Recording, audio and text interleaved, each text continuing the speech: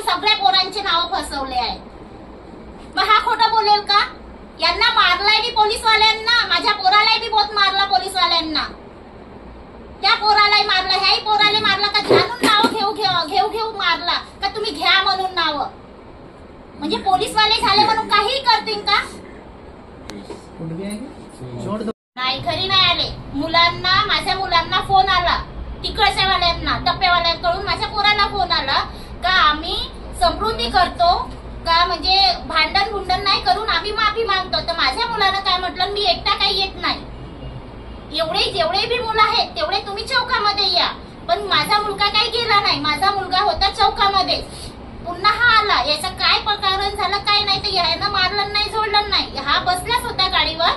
पुन्हा त्याचा एक मित्र होता, ते तेवढी मोठी तलवार आणलं, मग याच्यावर तलवार हाणाच्या वेळेस आता आपला हे करेल ना, यानं बल्ली मारल्याच्या नंतर हा पुन्हा घरी आला, पुन्हा पोरं चौकामध्येच बसले होते। पोलीसवाले हा गेला मग रिपोर्ट द्यायला, तर याची रिपोर्ट नाही घेतला पोलीसवाल्यांना, याची रिपोर्ट नाही घेतला। तर साजननं माझ्या पोराला फोन केलं का फक्त मला विचारायचं आहे का तुम्ही नाल्यावर होत्या का नव्हत्या म्हणून। तर माझ्या मुलाला गाडीवर बसवल्याच्या नंतर पुन्हा अंदरच टाकलं डायरेक्ट। मी पुन्हा 1 वाजतापर्यंत होते तेथे पोलीस स्टेशन मध्ये।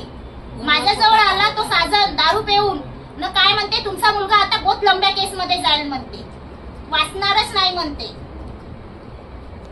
किचन मधील चाकूचा प्रकार, किचन मध्ये, हा। मग त्या 2 दिवस पोलीस स्टेशन मध्ये ठेवलं, तिसऱ्या दिवशी शुक्रवारी घरी आणला 3 वाजता। किचन मध्ये गेले, माझ्या पोराच्या हातामध्ये भाजीचा चाकू दिला, फ्रीज वर ठेवलं, पकडले म्हणते, येते म्हणते, फोटो काढला ना। शनिवारच्या पेपरामध्ये आला, ज्या दिवशी माझ्या पोराजवळ जर चाकू राहिला असता तर दुसऱ्याच दिवशी पेपर मध्ये आला असता ना सर। तुम्ही 3 दिवस जैलामध्ये ठेवल्या, त्यांची पिशार घेतल्या, 4थ्या दिवशी माझ्या घरी येऊन माझ्या किचनचा चाकू घेतला, त्याचा हाती दिला ना। तुम्ही म्हणता का यानं मर्डर केलं म्हणून, म्हणजे तुमच्या पोलीसवाल्यांची साजिश आहे ना।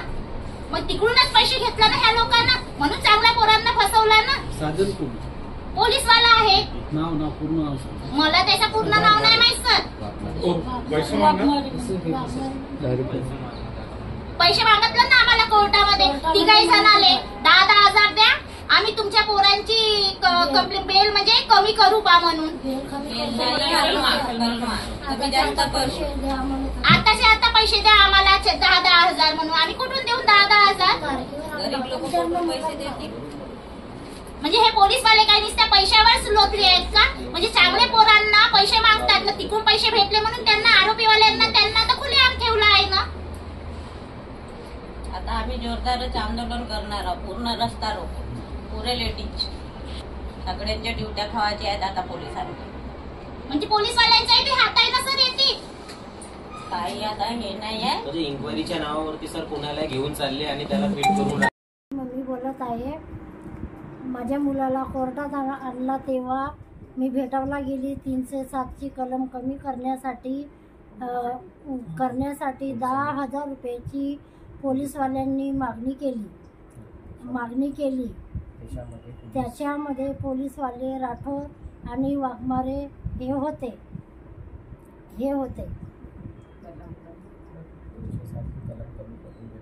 107ची कलम कमी करून देतो म्हणून त्यांना पैसे मागत होते।